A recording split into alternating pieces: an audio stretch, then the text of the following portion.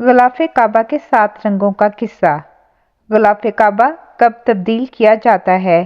پرانے غلاف کہاں جاتے ہیں؟ بسم اللہ الرحمن الرحیم۔ رسول کریم صلی اللہ علیہ وآلہ وسلم سے قبل سے آج تک غلاف کعبہ کے 7 رنگوں کا قصہ۔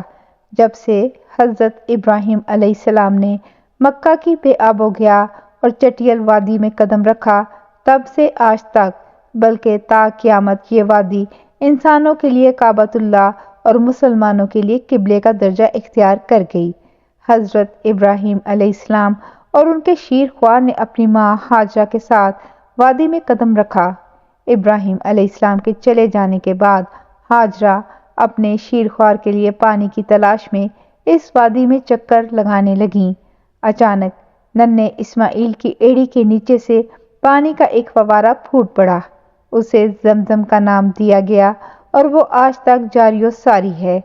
حضرت ابراہیم علیہ السلام مکہ واپس ہوئے تو اس وقت ان کے بیٹے اسماعیل کی عمر 30 سال ہو چکی تھی۔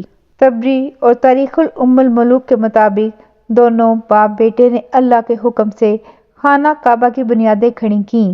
تاریخی کتب میں وارد ہے کہ انہوں نے کعبے کا غلاف بھی تیار کیا۔ اس وقت کعبہ ایک چھوٹی سی عمارت تھی۔ تبا بادشاہ نے غلاف کعبہ تیار کیا۔ پہلی بار خانہ کعبہ میں دروازہ لگایا۔ تاریخی کتب کے مطابق تبا نے چمڑے کا غلاف تیار کرایا جس کا گہرا بھورا رنگ تھا۔ غلاف کعبہ کے 7 رنگ۔ تاریخی روایات کے مطابق کعبہ شریف کے غلاف کے رنگوں کی تعداد 7 تک ملتی ہے۔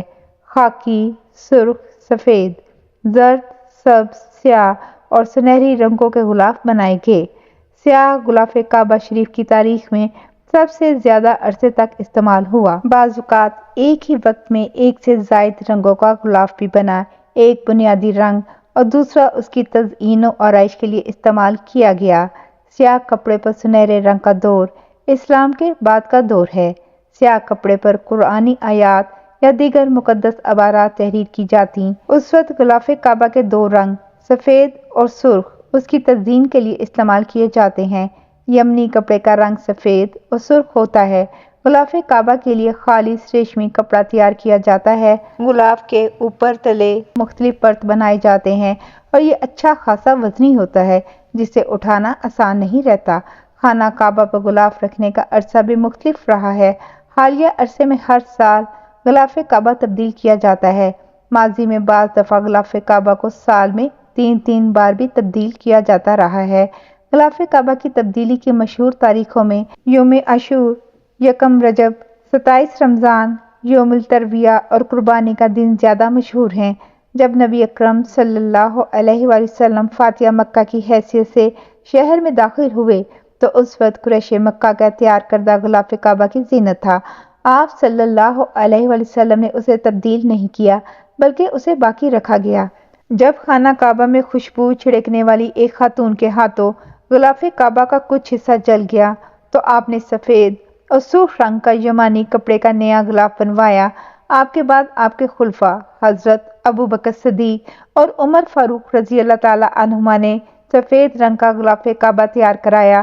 اسے قباطی کا نام دیا جاتا تھا۔ یہ بہت پتلا کپڑا تھا جسے مصر میں تیار کیا جاتا تھا۔ حضرت عمر رضی اللہ تعالیٰ عنہ کے دور میں بیت المال سے سال میں 2 بار غلاف بنایا اور تبدیل کیا جاتا۔ ان کے دور میں تبدیلی کے بعد پہلا غلاف شیبہ بن عثمان الحجی کے پاس رکھ دیا جاتا تھا۔ فاطمی دور میں غلاف کعبہ زرد رنگ کا رہا۔ محمد بن سبکتگین کے دور میں زرد ریشمی کپڑے کا غلاف بنایا گیا۔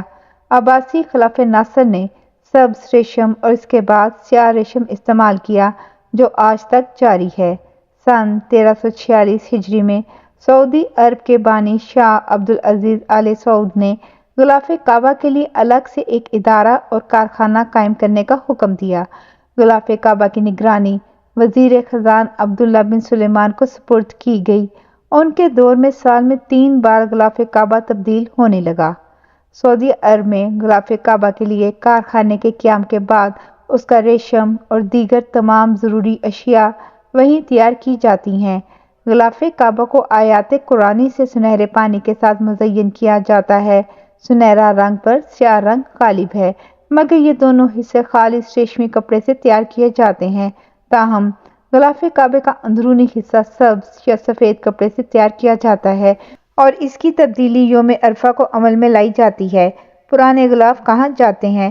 پرانے غلاف کعبہ کو حرم مکی کے قریب موجود میوزیم میں رکھا جاتا ہے یا تحفے کے طور پر کسی دوسرے مسلمان ملک کو دے دیا جاتا ہے۔ محفوظ رکھنے کے لیے اتارے جانے والے غلاف کو کھول کر اس کے حصے الگ الگ کیے جاتے ہیں۔ جزاک اللہ خیر۔